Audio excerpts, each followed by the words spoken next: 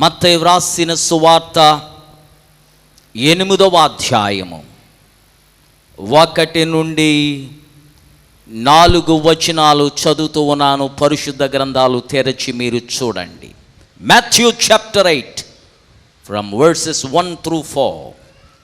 ఆయన ఆ కొండ మీద నుండి దిగి వచ్చినప్పుడు బహుజన సమూహములు ఆయనను వెంబడించెను.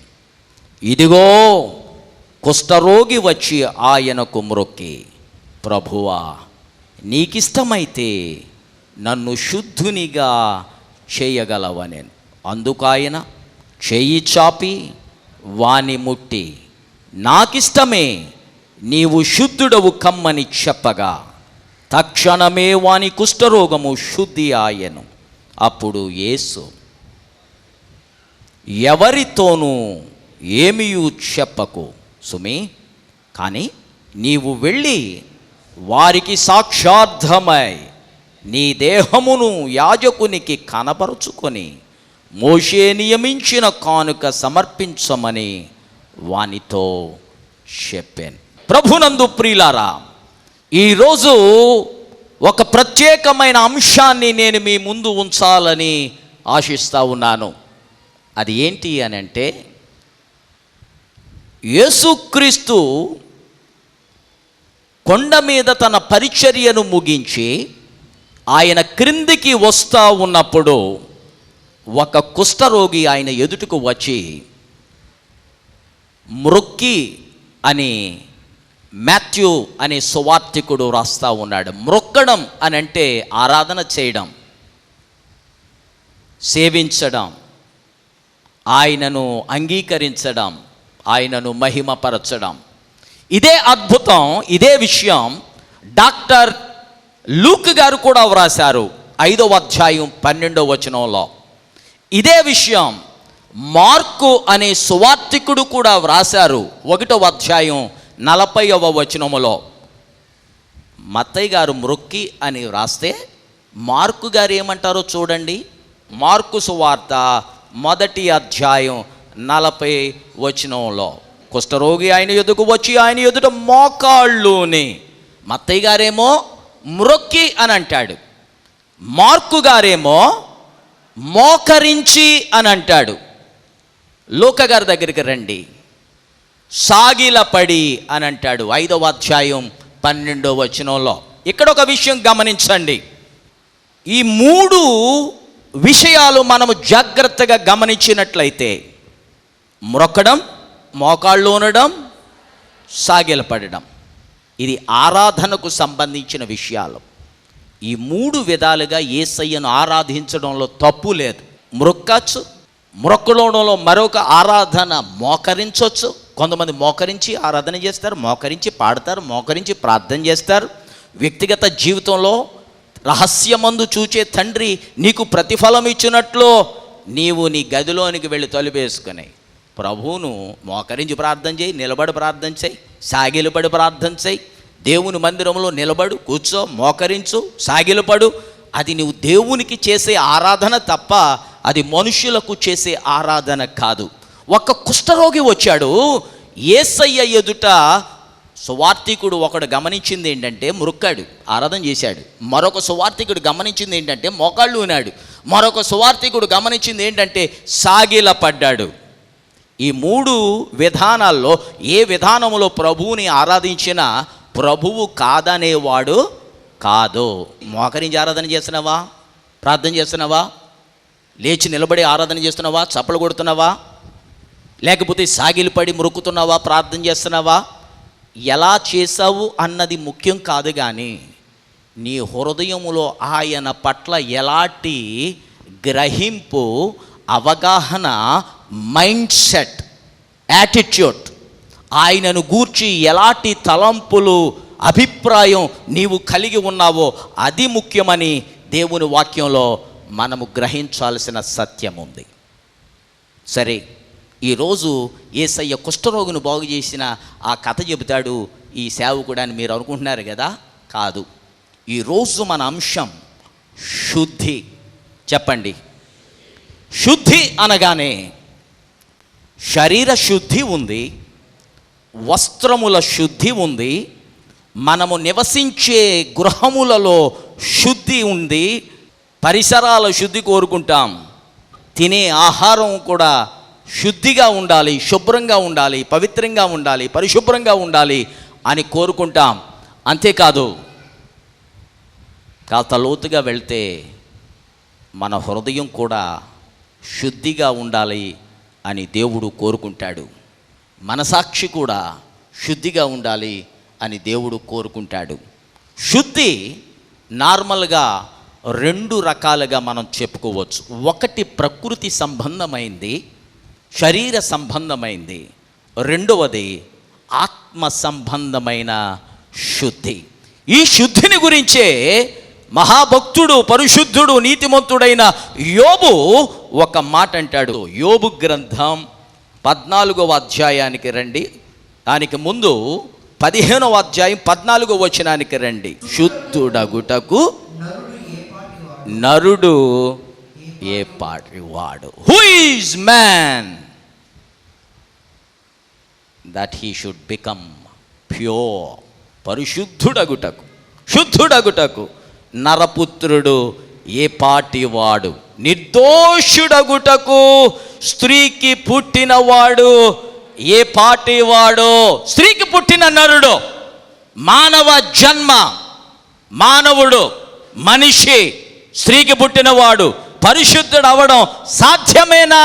Is it possible for a human being to become holy, pure, righteous? పవిత్రుడిగా మారడానికి, పరిశుద్ధుడిగా మారడానికి, నిష్కల్మషుడుగా మారడానికి స్త్రీకి పుట్టిన నరుడికి సాధ్యమా? మనుష్యుడు మట్టిగటం పరిశుద్ధుడిగా ఎలా మారుతాడు? శుద్ధుడగట సాధ్యమేనా? Is it possible? ఎలా సాధ్యమవుతుంది? How is it possible? ఒక మనిషి జీవితం చూస్తే పాపపు జన్మ, జీవితం చూస్తే ఆదాములో నుండి ప్రవహిస్తున్న మరణ పతన సహితమైన పాపపు క్రియలు, జీవితం, ఇవన్నీ ఉన్నాయి. అయితే మన జీవితంలో యోబు అడిగిన ప్రశ్న ఎప్పుడైనా మనం అడిగామా? మనల్ని మనం అడుక్కున్నామా? మనల్ని మనం క్వశ్చన్ చేసుకున్నామా? స్త్రీకి పుట్టిన నరుడు పరిశుద్ధుడిగా అవుతాడా? మనం అనుకుంటాం తెల్లబట్టలు వేసుకుంటే పరిశుద్ధులం అయిపోయామని అనుకుంటాం, మెళ్ళో సిలువ వేసుకుంటే పరిశుద్ధులం అయిపోయామని అనుకుంటాం. మన బైబిల్కి తెల్ల కవర్ వేసేసి, మనం తెల్ల చెప్పులు వేసుకుని, మేజోళ్ళు వేసుకుని, సాక్స్ వేసుకుని, తెల్ల వాచి పెట్టుకొని, లేకపోతే ఇంటికి తెల్ల రంగు వేసుకుని, గుడికి తెల్ల రంగు వేసుకుని, లేకపోతే మనం తెల్ల వాహనం మీద ప్రయాణం చేసి మనమంతా పరిశుద్ధులం అయిపోయామని అనుకుంటాం. కానీ is it possible for an earthly vessel to become a heavenly vessel? భూ సంబంధమైన పాత్ర పరసంబంధమైన పాత్రగా మారగలదా? మనిషి, మానవ జన్మ, మట్టిగటం. ఈ అపరిశుద్ధుడైన మానవుడు ఇక్కడ అంటాడు చూడండి, ఆ యోబు గ్రంథంలో ఇందాక నేను చూపించాను కదా, 14వ అధ్యాయము 4వ వచనానికి రానన్న, పాప సహితునిలో నుండి పాపరహితుడు పుట్టగలిగిన ఎంత మేలు, అలాగూ ఎవడునూ పుట్టనేరడు, ఎవడునూ పుట్టనేరడు. పాప సహితుడు, పాపములో ఉన్నవాడు, పాపరహితుడు, పాపము లేనటువంటి వాడు. పాపిలో నుండి పరిశుద్ధుడు ఎలా పుడతాడు? అసాధ్యం. పాపము చేత జిగటగల దొంగ ఊబిలో కూరుకుపోయిన మానవ బ్రతుకు పరిశుద్ధంగా ఎలా మార్చగలబడుతుంది? పూర్వకాలం శుద్ధీకరణ ఆచారాలు ఉండేవి ధర్మశాస్త్ర గ్రంథంలో. ఇక్కడ మనకు కుష్ఠరోగి కనబడుతున్నాడు మార్కు సువార్తలో, మత్తయి సువార్తలో, లూకా సువార్తలో. అసలు వాడు యూదా బోధకుని ముందుకు రాకూడదు, కానీ తెగించి వచ్చాడు యేసయ్య దగ్గరికి. లేవియ కాండము 13వ అధ్యాయం అంతా చదివితే ఏముంటుంది? కుష్ఠరోగులు, చర్మపు రోగం కలిగిన వారు, చర్మం మీద పొడగలిగిన వారు, చర్మం మీద గోతులు కలిగిన వారు మొదట యాజకుని దగ్గరికి, అహరోను దగ్గరికి వెళ్ళాలి, లేకపోతే ఆయన కుమారుల దగ్గరికి వెళ్ళాలి, తనిఖీ చేయించుకోవాలి. వారు గనక పచ్చి మాంసం బయట పడడం చూచారా నీ దేహంలో, నీవు పాలెమునకు వెలుపల ఉండాలి అని ధర్మశాస్త్రం తెగేసి చెబుతుంది. అంటే అంటరాని వాడుగా, అన్టచబుల్గా, అస్పృశ్యుడుగా ఈ రోగం ఉన్నవాడు బయట ఉండాల్సిందే, పాలెములో ఉండడానికి వీలు లేదు, వాడు ముడితే భయంకరమైన మైలు అంటూ అని ధర్మశాస్త్రం చెబుతుంది. ధర్మశాస్త్రం అనేకమైన నియమాలు పెడతా ఉంటుంది. ఒకవేళ అనుమానం కేసు అయితే 7 రోజులు బయట ఉండాలి, 7 రోజుల తర్వాత మరలా యాజకుని దగ్గరికి రావాలి, చూపించుకోవాలి. ఒకవేళ యాజకుడు ఇది కేవలం తెల్లటి మచ్చ అంటే వాడిని తిరిగి రప్పించవచ్చు, కానీ ఒకవేళ పచ్చి మాంసం కనబడితే మాత్రం జీవితకాలం అంతా వేర్పాటుగానే బయట వేరుగానే ఉండాలి, జీవించాలి అన్నది ఆ యొక్క మత శాస్త్ర ధర్మశాస్త్ర సంబంధమైన నియమంగా మనకు లేవియా కాండంలో కనబడుతుంది. లూకా సువార్త 2వ అధ్యాయంలో కూడా యేసుక్రీస్తు జన్మించిన తరువాత యోసేపు గారు మరియమ్మ గారు ఏం చేశారంటే, శుద్ధీకరణ ఆచార ప్రకారము శుద్ధీకరణ దినములు పూర్తి అయిన తరువాత అని ఒక మాట వ్రాయబడింది. ఏ ఆచారం? శుద్ధీకరణ ఆచారం. చాలామందికి రకరకాల ఆచారాలు ఉంటాయి. లెంట్ సీజన్లో మాంసం మానేయడం ఒక ఆచారం, లెంట్ సీజన్లో ఉపవాసాలు ఉండడం ఒక ఆచారం, లెంట్ సీజన్లో రకరకాల ప్రార్థనా కూటాలకు వెళ్ళడం ఒక ఆచారం. అయితే నిజమైన శుద్ధీకరణ వ్యక్తికి శారీరకంగా కానీ ఆత్మీయంగా కానీ ఎలాగున కలుగుతుంది. శారీరకంగా వీళ్ళు శుద్ధి చేసుకున్నారు ధర్మశాస్త్ర ప్రకారం. యోసేపు మరియమ్మలు శుద్ధీకరణ ఆచార ప్రకారం వాళ్ళు శుద్ధీకరణ చేసుకున్నారు. అంటే ఎలాగండి, ఎలా శుద్ధీకరణ చేసుకున్నారండి అని అంటే, హెబ్రీ పత్రిక రండి. హెబ్రీ పత్రికలో ఆవు దూడ బూడిద, తర్వాత ఇంకేంటి, ఈ 9వ అధ్యాయము 11వ వచనం నుంచి నేను చదువుతాను, మీరు బైబిల్ చూడండి. అయితే క్రీస్తు రాబోవుచున్న మేలుల విషయమై ప్రధాన యాజకుడిగా వచ్చి తానే నిత్యమైన విమోచన సంపాదించి హస్తకృతము కానిది అనగా ఈ సృష్టి సంబంధము కానిదియు మరి ఘనమైనదియు పరిపూర్ణమైనదియు నైన గుడారము ద్వారా, జాగ్రత్తగా వినండి, మేకల యొక్కయు కోడెల యొక్కయు రక్తముతో కాక తన స్వరక్తముతో ఒక్కసారి పరిశుద్ధ స్థలములో ప్రవేశించెను. ఎలయనగా మళ్ళా చదువుతున్నాను, మేకల యొక్కయు ఎడ్ల యొక్కయు రక్తము మైలపడిన వారి మీద ఆవు దూడ బూడిద చల్లుటయు శరీర శుద్ధి కలుగునట్లు వారిని పరిశుద్ధపరచిన ఎడల్లా. Stop right there. ఆవు దూడ బూడిద అంటే కాల్చబడిన ఎద్దు యొక్క బూడిద, ఎద్దు యొక్క బూడిద. ధర్మశాస్త్రం కూడా మేకల రక్తం, కోడెల రక్తం, దూడల రక్తం, దూడల బూడిద శరీరమును మాత్రమే శుద్ధి చేయగలదు. It stops right there. అక్కడతో దాని ప్రభావం ఆగిపోద్ది. అది నీ మనసాక్షిని శుద్ధి చేయలేదో, అది నీ తలంపులను శుద్ధి చేయలేదో, అది మీ జీవితాన్ని శుద్ధి చేయలేదో, అది మీ సంసారాలను శుద్ధి చేయలేదో, అది మీ హృదయములను శుద్ధి చేయలేదో. మత్తయి సువార్త 5వ అధ్యాయములో యేసయ్య చెబుతాడు కొండ మీద, ఏమని? హృదయ శుద్ధి గలవారు ధన్యులు, వారు. ఏ శుద్ధి అవసరం? బట్టల శుద్ధి మంచిదే, శుభ్రంగా ఉండాలి, అర్థమైందా? శరీర శుద్ధి అవసరం. ఎందుకంటే శరీరానికి ఒక గుణం ఉందండి, మీరు ఒప్పుకున్నా ఒప్పుకోకపోయినా. మీరు ఎంత ఆరోగ్యవంతులైనా చెమట మాత్రం పడుతుంది. అవునంటారా కాదంటారా? ఆ చెమట మీద కాస్త గట్టిగా రుద్దండి, ఏం రాలుతుంది? మట్టి రాలుతుంది. కాన్స్టెంట్ రిమైండర్ అనమాట. ఏంటంటే నువ్వెంత ఫెయిర్ అండ్ హ్యాండ్సమ్ అయినా, ఎంత ఫెయిర్ అండ్ లవ్లీ అయినా, ఒరే నువ్వు మట్టిరా నాన్న, నువ్వు 3-piece సూట్ వేసుకో, నువ్వు బంగారుపు నెక్లెస్ వేసుకో, లేకపోతే సూటు బూట్ అయ్యి, లేకపోతే నువ్వు లంగోటి కట్టుకొచ్చాయి, లేకపోతే నిక్కర్ వేసుకునే వచ్చాయి. మానవుడు is equal to nothing but dust. Man is dust. మనిషి మట్టి, మనిషి మట్టి, బూడిద. ఆ బూడిదను ఇంకొక బూడిద శుద్ధి చేయగలదా? అసాధ్యం. బూడిదను ఇంకొక బూడిద శుద్ధి చేయగలదా? మట్టి మరొక మట్టిని శుద్ధి చేయగలదా? ఇంకా కాస్త ఘాటుగా చెప్పాలంటే ఒక దూడ రెండు కాళ్ళ దూడను శుద్ధి చేయగలదా? అసాధ్యం, అసాధ్యం. అదేంటంటే రెండు కాళ్ళు దూడ అంటారు ఏంటంటే కొంతమంది క్రైస్తవులు దూడల కన్నా అన్యాయం. నెబుకద్నెజరు గురించి దానియేలు గ్రంథంలో చెబుతాడు, రాజా 7 సంవత్సరాలు మంచుకు తడుస్తావయ్యా, గడ్డి మేస్తావయ్యా, పశువులాగా ప్రవర్తిస్తావయ్యా. రాజుగారు పశువులాగా ప్రవర్తించాడు. కొంతమంది క్రైస్తవులు పశువులు కన్నా అన్యాయమే. వాళ్ళ ప్రవర్తన, వాళ్ళ మాటలు, వాళ్ళ వ్యక్తిత్వం, వారి జీవిత విధానాలు. ఏమయ్యా ఇలా బోధ చేస్తే నీకు చందా ఎవడైతే? ఈ చందాల మీద బ్రతికేవాడు కాదు దేవుడు. దేవుని కార్యాలు, దేవుని వాక్యం కాంప్రమైజ్ కాదు. విషయం ఏంటంటే ఆవు దూడ బూడిద హృదయానికి శుద్ధి తేలేదు.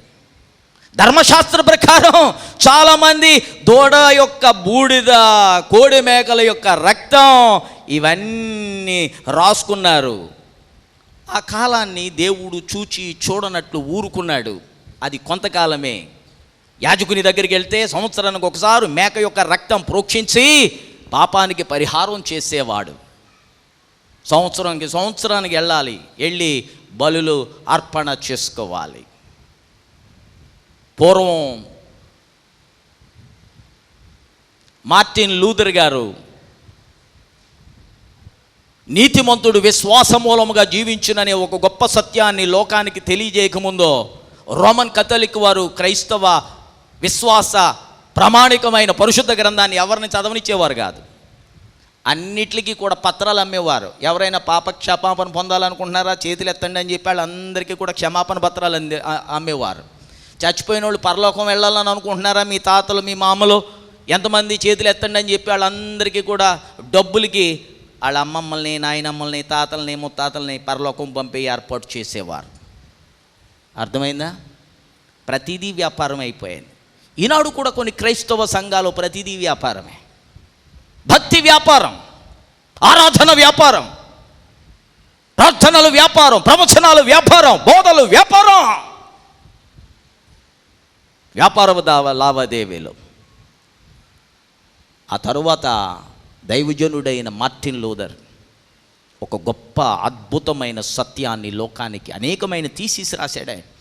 లోకానికి తెలియజేసి, బాబు ఈ మనుషులు క్షమించక్కర్లేదయ్యా, ఫాదర్స్ క్షమించక్కర్లేదు, నిజమైన క్షమాపణ సిలువలో మనకు కలిగింది. యేసయ్యను విశ్వసించుట ద్వారా మాత్రమే మనము రక్షణ పొందుతామంటాడు. చప్పలు కొట్టి దేవునికి స్తోత్రాలు చెల్లించండి. హల్లెలూయా. 2 రకాల శుద్ధి, శరీర శుద్ధి ఉంది, ఆత్మశుద్ధి ఉంది.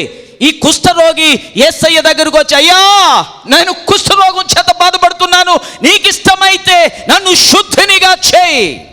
అది శారీరకమైన స్వస్థత, అది ఆత్మ సంబంధమైన స్వస్థత. ఆ బిడ్డ అడగలేదు.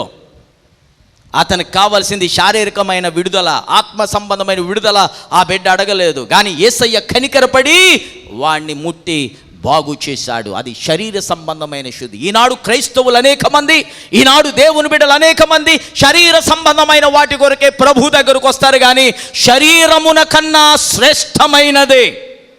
శరీరం ఎంతకాలం ఉంటుంది చెప్పండి? 70 లేకపోతే 80. మీరు ఇంకా గట్టి పిండం అనుకోండి, పోను 100 సంవత్సరాలు బతికితారు. గట్టి పిండం అంటే. కానీ ఆత్మకు వయస్సు లేదు. The spirit has no age limit, no age bar. స్పిరిట్కి లిమిట్ లేదు, యుగయుగాలు ఉంటుంది. యుగయుగాలు ఉండే ఆత్మకు ఆరోగ్యము ముఖ్యమా? 70-80 సంవత్సరాలు ఉండి ఆ తరువాత మట్టిలో కలిసిపోయే శరీరము ముఖ్యమా? ఇప్పుడు చెప్పాలి మీరు నాకు.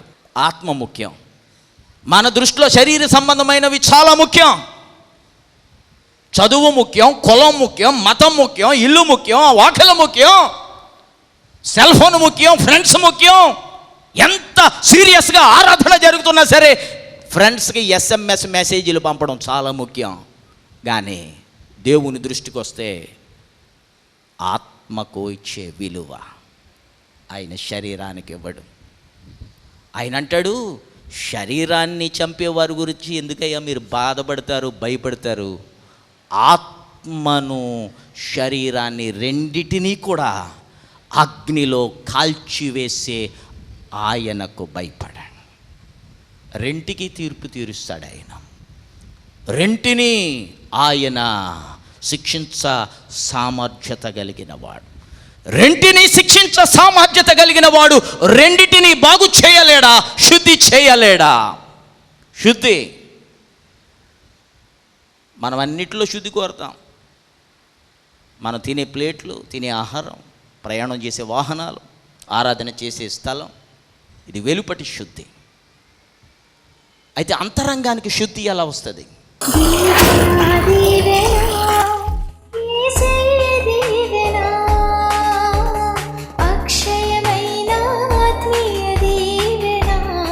పరమ తండ్రి, ఈ ప్రార్థన చేసిన ప్రతి బిడ్డ కొరకు ప్రార్థిస్తూ ఉన్నాను. నజరేయుడని యేసు రక్తము చేత మీరు చెప్పారు.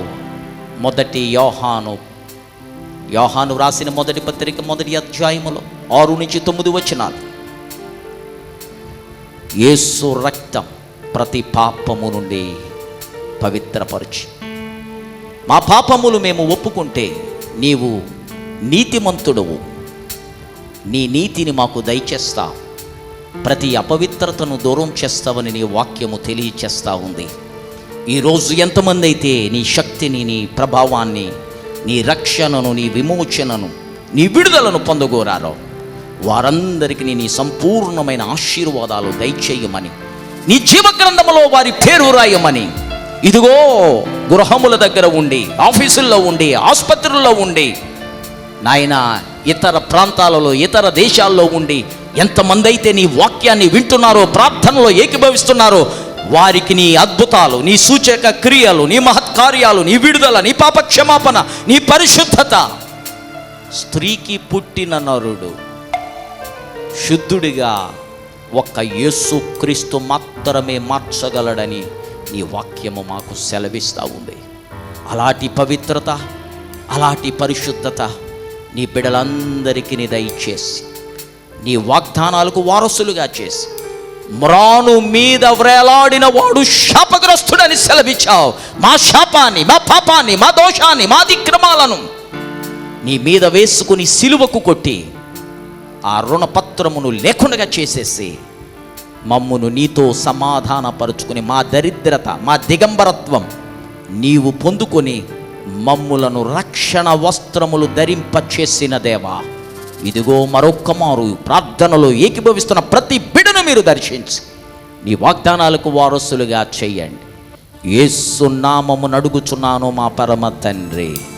తండ్రి, కుమార, పరిశుద్ధాత్మ దీవెనలు బిడ్డలారా మీకు నిరంతరము తోడైయుండును గాక. ఆమేన్, ఆమేన్. పోయిన ఆదివారం నేను మందిరానికి వచ్చినప్పుడు కూర్చోలేకపోయానండి. భయంకరమైన కాలు నొప్పితో వచ్చాను. ఇంటికి వెళ్ళిపోదాము, ఈ బాధ తట్టుకోలేకపోతున్నాను అనిపించింది. అప్పుడు దైవజనులు, మీ అనారోగ్యం కొరకు నేను ప్రార్థన చేస్తాను, మీరు లేచి నిలబడమని అయ్యగారు ప్రార్థన చేశారు. అప్పుడు నేను చాలా బాధతో నేను ప్రార్థనలు ఏకీభించినప్పుడు దేవుడు వెంటనే నన్ను స్వస్థపరిచాడండి. ఆ కాలు నొప్పి అంతా తొలగించాడు, నాకు స్వస్థత ఇచ్చాడు. అలాగే నాకు నరాల బలహీనత ఉందండి. అయితే నాకు ఈ భుజం అంతా కూడా బాధ వస్తుందండి. ఆ భుజము నొప్పి వచ్చినప్పుడల్లా ఇదంతా కలిసిపోద్ది, వాపు వచ్చేసి అలా భయంకరంగా మళ్ళీ సోమవారం నైట్ వచ్చేసింది. అప్పుడు వాక్యం కూడా ఆ రోజు ఆదివారం వాక్యము యుద్ధము యెహోవాదే అని దేవుడు మాట్లాడాడు. కాబట్టి నేను, తండ్రి, ఈ బాధ నా వల్ల కాదు, నువ్వే నన్ను స్వస్థపరచు, యుద్ధము యెహోవాదే అని ఈ దెయ్యంతో నువ్వు చెప్తున్నట్టు నేను మాట్లాడి ప్రార్థన చేసుకున్నానండి. అలాగే అయ్యగారు ప్రార్థన చేసి నూనె ఇస్తే ప్రార్థన నూనె రాసుకున్నాను. దేవుడు ఎంతగానో ఆ తైలం రాయగానే స్వస్థపరిచాడు, నాలో ఉన్న బలహీనతను తొలగించాడు, నన్ను స్వస్థపరిచాడు. దేవుడికి వందనాలు. దేవుడి చిన్న సాక్ష్యం దీవించును గాక. గడిచిన శుక్రవారం వదినికి చాలా నీరసంగా ఉందని హాస్పిటల్కి తీసుకెళ్లారు. అయితే అయ్యగారికి, అమ్మగారికి ప్రార్థన చేయించుకోమని చెప్పాను. వదినికి ప్రార్థన చేయించుకుంది. అయితే శుక్రవారం అంతా కూడా నీరసంగా ఉంది. శనివారం ఉదయం నుంచి నొప్పులు స్టార్ట్ అయినాయండి. అయితే చాలా బాధపడ్డది వదిన. మధ్యాహ్నం నుంచి అమ్మగారికి, అయ్యగారికి ఫోన్ చేసి మరలా ప్రార్థన చేయించుకుంది. శనివారం 4 గంటలకి కుమారుడు పుట్టాడు. సులువైన కానుపు వచ్చింది వదినికి. దేవుడు మా పట్ల ఎన్నో మేలు చేశారండి. ఈ సంఘంలోకి వచ్చాక మేము ఎంతో బలపడ్డాం. మేము ఎలా ఉన్నామంటే ఈ రాక్ సంఘంలో మేము ఉండబట్టే మేము ఈ స్థితిలో ఉన్నాము. ఆరోగ్య విషయాల్లో, కుటుంబ విషయాల్లో సమస్తము దైవజనులు చేసిన ప్రార్థనలు, మీ అందరూ చేసిన ప్రార్థనలు బట్టే మేము ఈ సమయమందిలో ఉన్నాము. తల్లి బిడ్డ క్షేమంగా ఉన్నారు. ఇచ్చిన సాక్ష్యం దేవుడు దీవించును కాక. ఆమేన్. Our phone numbers are 9440272335 and 99590479993 and 0883246248. May God richly bless you.